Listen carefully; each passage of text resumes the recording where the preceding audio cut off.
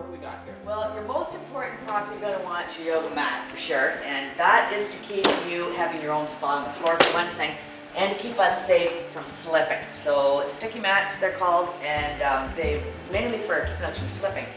They also have a little bit of padding and support. Some people might want to double them up. There's actually piles of mats there. There's like, you know, So you don't, 40 mats there. you don't need to bring in your mat then? Not unless you want to. So you can bring your own. You know, some people, if you feel like you got a mat that's got a little bit of, you know, sticky foot smell or something, I've got a couple different types of organic disinfectants.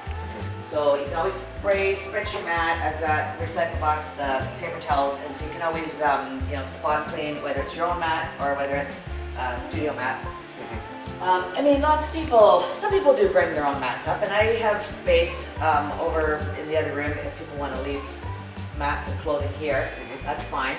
But I also know that it's kind of a nuisance if you know, you might not know you're coming to yoga. You might just decide that day you need a class and show up. At least you don't have to worry if you have. That's right. So you don't need to. That's the neat thing about your classes. You don't need to invest because Ellen here has got you set up, right?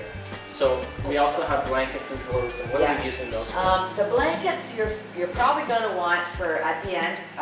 The end is relaxation, or like shavasana, like he calls it. We just kind of flop out, have a good rest. Some people choose to sit in meditation, and even when you're sitting, having pillows or blankets, some people need a prop too. We have different, you know, ways our pelvis tips.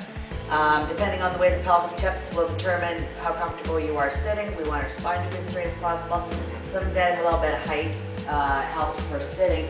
And the pillows can also be used for different props during different postures. So that if we have some injuries, for instance, or if we're not quite ready to hold our legs up a certain way, we'll prop things up with some blankets. These blocks are also used for different types of props. Lots of different ways we can use them, under the body, under the arm, under the foot, whatever. So they're little tools to help us be more comfortable while we're holding things until our body's ready to do it on their own.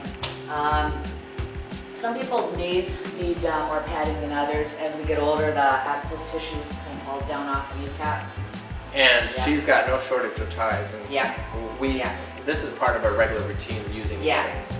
Now, if you go into some yoga studios, you might find like they've got, you know, 40 of these, and they've got 40 of the exact same blankets, 40 of the exact same pillows, and belts that didn't used to belong to somebody's grandpa. But I obviously... Because these are a fashion don't, really. My stuff works just as well, and it's a little more creative, but, you know, obviously I was picking things up on the cheap as I went along over a period of time. So this stuff all works, just, you know, maybe a little more creative, so.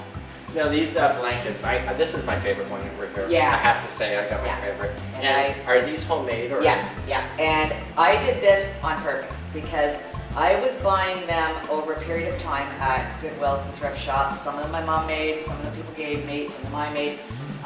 It's to give you that nice grim energy. You know, we're snug late. We're at the end of our class and we're having our little rest, and it's all about us and this little snuggly between. So I've got some like homemade quilts, and I noticed some of my quilts end up sneaking their way into the massage people's rooms. Oh, they like them too. Yeah, if you find them.